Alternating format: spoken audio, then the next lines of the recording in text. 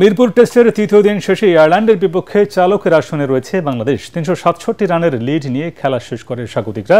দিন শেষে দ্বিতীয় ইনিংসে বাংলাদেশের সংগ্রহ ১ উইকেটে ১৫৬ রান। এর আগে ২৬৫ রানে প্রথম ইনিংসে অল আউট হয় আইরিশ শাহ। রিপোর্ট এসএমএস শফের। রানের পাহাড় গড়ছে বাংলাদেশ। দ্বিতীয় ইনিংসে উদ্বোধনী জুটিতেই সেই ভিত্তি গড়ে দেন মাহমুদুল হাসান জয় আর সাদমান ইসলাম। ৯১ বলে ক্যারিয়ারের পঞ্চম হাফ সেঞ্চুরি তুলে নেন মাহমুদুল।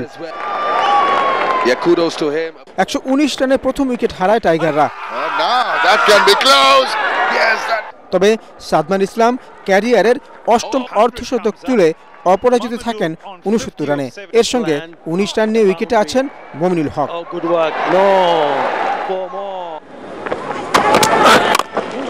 এর আগে আয়ারল্যান্ড যা করেছে তা হয়তো অনেকের প্রত্যাশাকেও ছাড়িয়ে গেছে। ৫ উইকেটে ৯৮ রান নিয়ে দিনের খেলা শুরু করে অতিথিরা। ষষ্ঠ উইকেটে স্টিফেন ডোহেনি আর লরকান টাকার যোগ করেন ৮১ রান। দলের ১৭৫-এ ডোহানি আর ম্যাকব্রাইন বিদায় নিলে ২০০-র নিচে অল আউটের সংখ্যায় পড়ে আয়ারল্যান্ড। তবে অষ্টম উইকেটে ৭৪ রানের জুটি গড়ে দলকে সম্মানজনক রানের দিকে নিয়ে যান জর্ডান নেইল আর লরকান টাকার। ৪৬-এ আউট হন ডোহার্নি। নেইলের ইনিংস থামে ৪৯-এ। ৭৫ রানে টাকার অপরাজিত থাকলেও ৮৯তম ওভারে অল আউট হয় আইরিশরা।